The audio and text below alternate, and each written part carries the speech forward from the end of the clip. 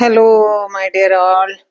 ഇന്ന് ഞാൻ ബ്രേക്ക്ഫാസ്റ്റ് ഉണ്ടാക്കുന്നത് നൂൽപുട്ടും ചുതിയുമാണ് കേട്ടോ.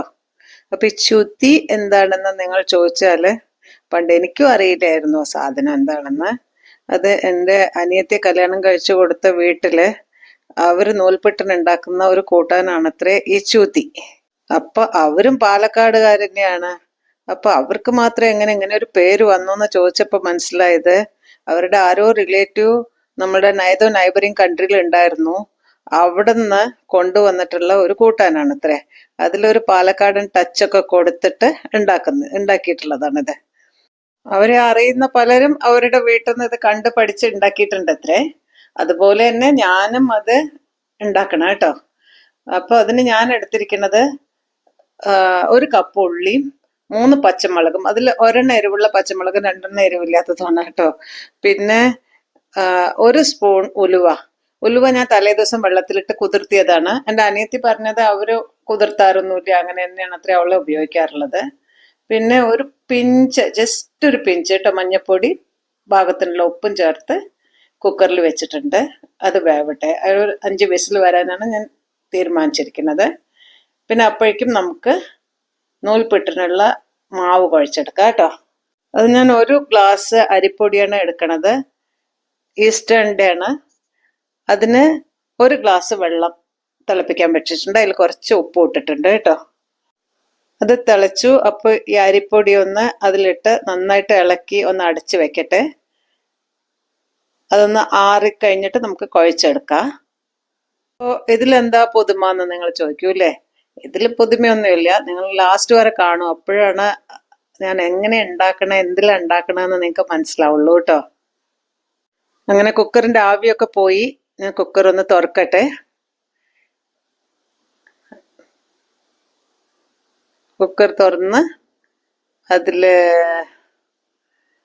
ഇനി ഒരു തേങ്ങാപ്പാലും കൂടി ചേർക്കണം. തേങ്ങാപ്പാലിന് ഞാൻ ഇവിടെ എടുത്തിരിക്കുന്നത് ദാബറിൻ്റെ ഒരു ഹോം മെയ്ഡ് കോക്കനട്ട് മിൽക്ക് എന്നും പറഞ്ഞിട്ട് കിട്ടും, അതാണ് ഉപയോഗിക്കുന്നത്. ഞാനിപ്പോൾ അത് തന്നെയാണ് എപ്പോഴും ഉപയോഗിക്കാറുള്ളത് ഈ ഇടയായിട്ട്. തേങ്ങ പിഴിയാനൊന്നും വയ്യ, ചിരകാനും പിഴിയാനും ഒന്നും. അപ്പോൾ അത് കാരണം. പക്ഷെ ഇത് നല്ല ടേസ്റ്റാണ് കേട്ടോ. അവര് ക്ലെയിം ചെയ്യണത് ഇതിൽ 2 തേങ്ങയുടെ പാലുണ്ട് എന്നൊക്കെയാണ്. ആയിരിക്കാൻ ചിലപ്പോൾ നല്ല തിക്കാണ് പാല് കേട്ടോ. അപ്പോൾ അതുകൊണ്ട് ഞാൻ കുറച്ച് അത് കവറും കൂടിയിട്ട് കഴുകിയിട്ട് അതും കൂടിയിട്ട് ഒഴിച്ചിട്ടുണ്ട് അതിൻ്റെ അകത്തേക്ക്. പിന്നെ വേണ്ടത് ഒരു ചെറിയ കഷ്ണം നാരങ്ങയാണ് കേട്ടോ. വളരെ ചെറിയൊരു പീസ് ഉണ്ടോ, കുറച്ച് മതി. അപ്പം ഞാൻ അവളോട് ചോദിച്ചിരുന്നു, ഇത് പിരിയില്ലേ പാല് നാരങ്ങ ഒഴിച്ചാൽ? അപ്പം നാരങ്ങ ഒഴിച്ചാൽ പിരിയൊന്നുമില്ല എന്ന് പറഞ്ഞു. അത്രയല്ലേ ഒഴിക്കുന്നുള്ളൂ, അതുകൊണ്ടായിരിക്കാം ചിലപ്പോൾ. അപ്പോൾ അതിൻ്റെതായ ഒരു ചെറിയ ടേസ്റ്റ് വരും. അതും അതിനൊരു ആഡഡ് ടേസ്റ്റാണ് കേട്ടോ. ഞാൻ ഈ കറി അവള് പറഞ്ഞുണ്ടാക്കിയിട്ടാണ് ഞാൻ കഴിച്ചു നോക്കിയത്. ഭയങ്കര ടേസ്റ്റ്, പറഞ്ഞാൽ ഭയങ്കര ടേസ്റ്റ്. നൂൽപുട്ടിൻ്റെ കൂടെ അത്രയ്ക്ക് നന്നായിട്ട് യോജിച്ച് പോകുന്നുണ്ട് കേട്ടോ അത്. പിന്നെ കറിവേപ്പിലയും പച്ച വെളിച്ചെണ്ണയും ഒഴിച്ചിട്ടുണ്ട്. അവള് പറഞ്ഞത് എന്നോട് പച്ച വെളിച്ചെണ്ണയ്ക്ക് പകരം അവള് വെണ്ണ ഇടാറുണ്ട് എന്ന്. പക്ഷെ എൻ്റെ കയ്യിൽ ഉപ്പിട്ട വെണ്ണയാണ് ഉള്ളത്, സാൾട്ടഡ് ആണ്. അത് കാരണം ഞാൻ ഇട്ടില്ല. അപ്പോൾ എനിക്ക് വെളിച്ചെണ്ണയാണ് കുറച്ചുകൂടി നല്ലതായിട്ട് തോന്നിയത്. അപ്പം അങ്ങനെ വെളിച്ചെണ്ണ ഇട്ടു. അപ്പം ഇനി നമുക്ക് നൂൽപുട്ട് ഉണ്ടാക്കുക. അപ്പം നന്നായിട്ടൊന്ന് കുഴക്കട്ടെ അത് കേട്ടോ. അതിൽ ഇതൊന്നുമില്ലാതെ കട്ടയൊന്നുമില്ലാണ്ട് അങ്ങോട്ട് കുഴച്ചെടുക്കട്ടെ ആദ്യം. എന്നിട്ട് ഞാൻ ഈ ഇഡ്ഡലി തട്ടില്ലേ അതിലാണ് വെക്കാൻ പോണത്. കാരണം ഇത് കറക്റ്റായിട്ട് എൻ്റെ കുക്കറിൻ്റെ അകത്തേക്ക് കയറിക്കോളും ഇത്, ഈ ഇഡ്ഡലി തട്ട്. അപ്പോൾ അതിലൊന്ന് എണ്ണയൊക്കെ തടവിയിട്ട് ഒരു 3 പൊട്ട് ഉണ്ടാക്കുന്ന രീതിയിലാണ് അതിൽ ഞാൻ ഉണ്ടാക്കണം കേട്ടോ. നോക്കിക്കോളൂ എങ്ങനെയാന്ന്. ഉണ്ടോ? 1 2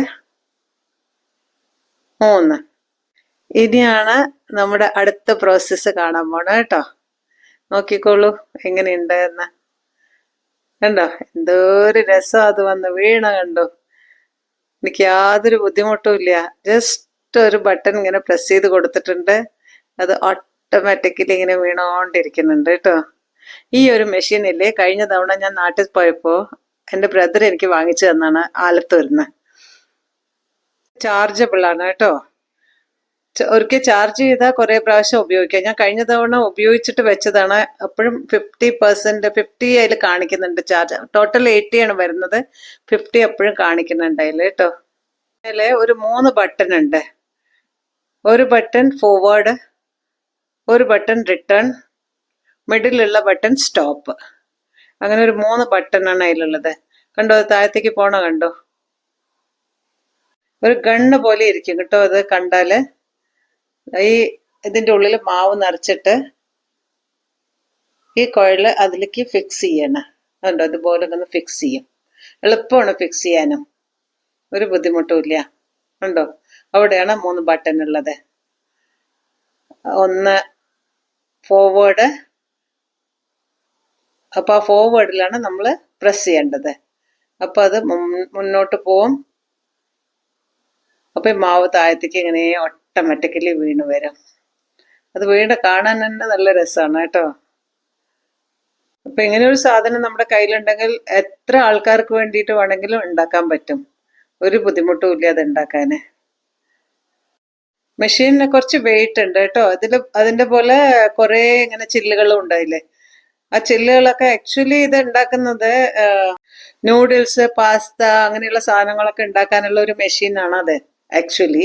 അതിൽ ഈ ചെറിയ ഓട്ടയുള്ളത് കൊണ്ട് നമുക്ക് അതുകൊണ്ട് ഈ നൂൽപുട്ട് ഉണ്ടാക്കാം. എല്ലാവരും ഈ ചുതി ഒന്ന് ഉണ്ടാക്കി നോക്കണം കേട്ടോ. പിന്നെ എല്ലാവർക്കും ഈ വീഡിയോ ഇഷ്ടപ്പെട്ടിട്ടുണ്ടെങ്കിൽ നിങ്ങൾ ലൈക്ക് തരണം, നിങ്ങളുടെ കമൻസും രേഖപ്പെടുത്തണം.